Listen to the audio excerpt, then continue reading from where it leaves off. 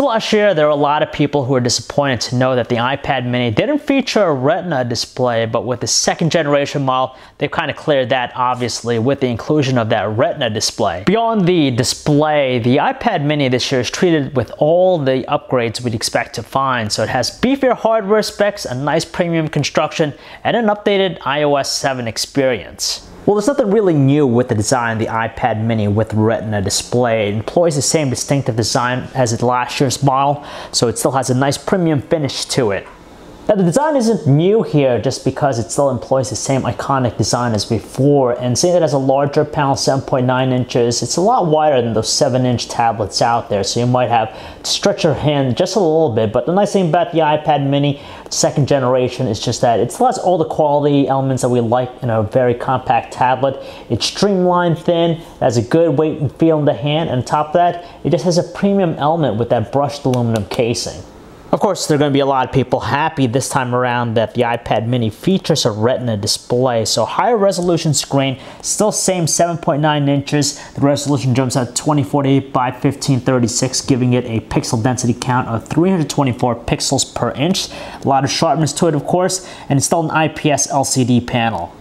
With the higher resolution display in tow this time around, of course, it's able to deliver some crisp looking details. Even the web browser, even the finest of text, more than legible even from a normal viewing distance. Seeing that the screen relies on IPS LCD technology, there's a lot of quality elements about it. First of all, superior outdoor visibility. It has a strong brightness output, so it makes outdoor visibility really easy in the eyes. Secondly, it sports some very wide viewing angles, and you can see it maintains its clarity. There's no distortion even at the widest angles. And as far as color reproduction, it's nice, but it's not as vibrant when compared to the iPad Air. It's just a little bit more subdued.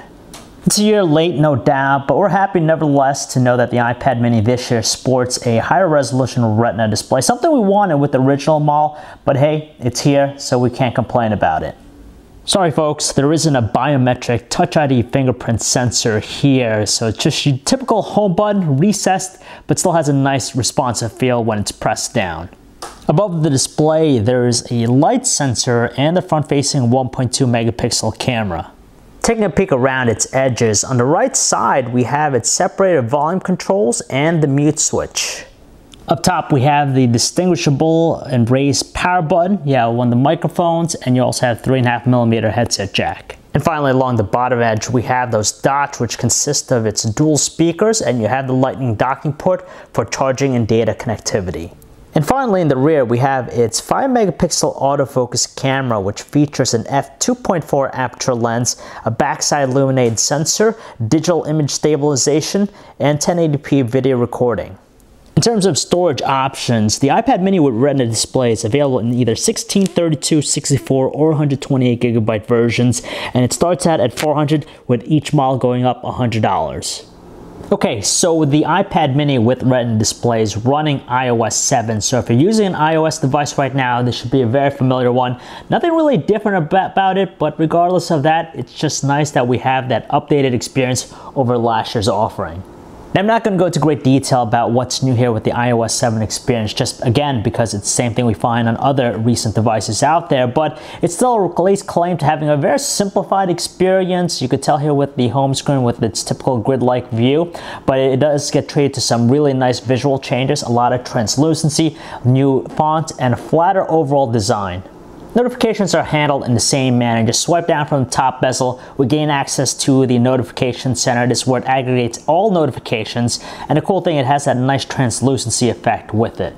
Conversely, when we swipe up from the bottom bezel at any time, we jump right into its control center, and from here we gain access to some connectivity features. We can adjust the volume and even the brightness of the display.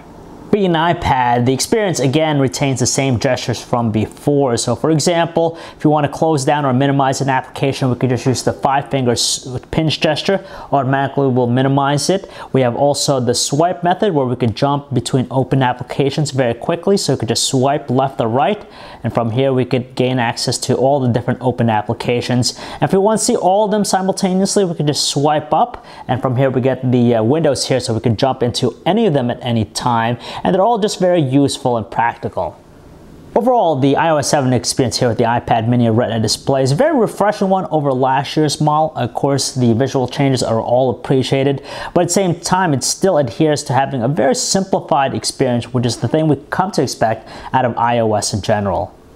Just like some of the other recent devices from Apple, the iPad mini with Retina display is most notable for featuring a 64-bit base processor, a rarity still in the space of course. It's actually a dual-core 1.3 GHz Apple A7 chip, and it's coupled with the PowerVR G6430 GPU. So when it comes to simple things like opening up applications, it exhibits a really nice snappy feel, instantaneous with all of its operations. And naturally, that 64-bit base processor is going to help out when it comes to gaming, but right now, it's still just a matter of developers getting used to it and offering games that take advantage of it, but nevertheless, it still has a really great performance with high-intensity stuff. The on-screen keyboard is the same from before, so nothing really different about it. It's nice and responsive and quick to the touch. And as far as usage, we prefer using the on-screen portrait one just because our thumbs are able to encompass the entire layout. And of course, some people will appreciate the split style option. But if you're going to be using the landscape one, you're going to try to use it normally like you would on any other keyboard. It just feels a little bit cramped. For the most part, the web browsing experience here doesn't change, but with the addition of that Retina display, it's just icing on the cake here, just because it's able to produce some very sharp looking details, so it just makes pages pop with a lot more clarity. Beyond that, it does all the qualities we like about the experience. You have some instant page loads here, very quick with that. You have page renderings on the fly, and navigational controls are nice and smooth. With the introduction of iOS 7, we see an update to the presentation of the music player, but generally speaking, it's still a very conventional looking one. As far as the audio quality from its dual speakers, we gotta say it's very potent and strong, and it even offers a hint of bass with its output. It's great watching high-definition videos on the iPad mini with Retina display. Of course, that high-resolution screen really helps out. But as far as codec support, it's very limited. You gotta do a lot of conversion for 1080p videos so they load properly onto it. The camera app is pretty barren of any manual controls or shooting modes. The only things we're presented with are the standard photo mode. We could select HDR mode if we want to. We could switch to video. There's even a square shot mode. Now, even though it lacks any deep controls or anything like that, it's just nice that the experience is simplified, so the emphasis is just on taking the shot.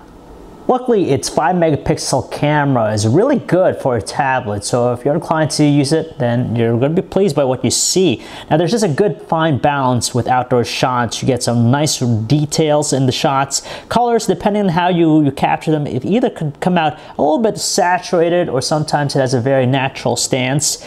And of course, exposure seems to be handled very well by the camera. Under lower lighting conditions, though, we tend to see a lot more noise, which in turn, of course, softens its details, but it's still pretty good. At the same time, we're very content with its 1080p video recording quality. It just has some nice looking visuals, crisp looking details. You have gradual exposure, so it's not too jerky or finicky. You have very smooth recording too, so it's never too choppy. Artifacting is held at a minimum, which is great, but in lower lighting conditions, we tend to see a lot more noise in the shots, which in turn softens its details. And the one thing that we notice that when we're holding a tablet, when we're shooting something, sometimes we have this habit of covering up the microphone, so it tends to record some distorted audio, but aside from that, it's mostly clear, and generally speaking, we're very happy with the quality. Even with the inclusion of its high-resolution Retina display and beefier internals, the battery life is average here with the iPad mini with Retina display. It kind of matches what we saw last year with the iPad mini. For heavy usage, we're able to get by at least a solid 1 day. And when we're using it normally, not making it a primary driver, we're able to get close to a day and a half out of a fully charged battery.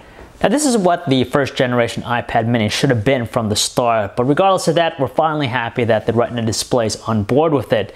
Overall, the iPad mini with Retina display is a fantastic tablet. It excels in all the areas we want it to. You have that sharp, high-resolution display, you have a premium construction, a very intuitive and easy user experience, snappy performance, and heck, You can even take some pretty good photos and videos. However, the one thing we don't like is just the increase in price point. Last year's iPad mini started at $330. This year's iPad mini with Retina display starts at $400 for the base 16GB Wi-Fi only version. An expensive cost when you think about some of the other big players in the space right now. Knowing all that, it's a tough sell for the iPad mini with the Retina display, especially if you think about some of the offerings out there. You could pay less, $100 less, and pick up the iPad mini first generation model for only $300, or if you want, you could pay $100 more and pick up the iPad Air for $500. Knowing all of that, it's a tough sell for the tablet just because there's a host of different options you could go with.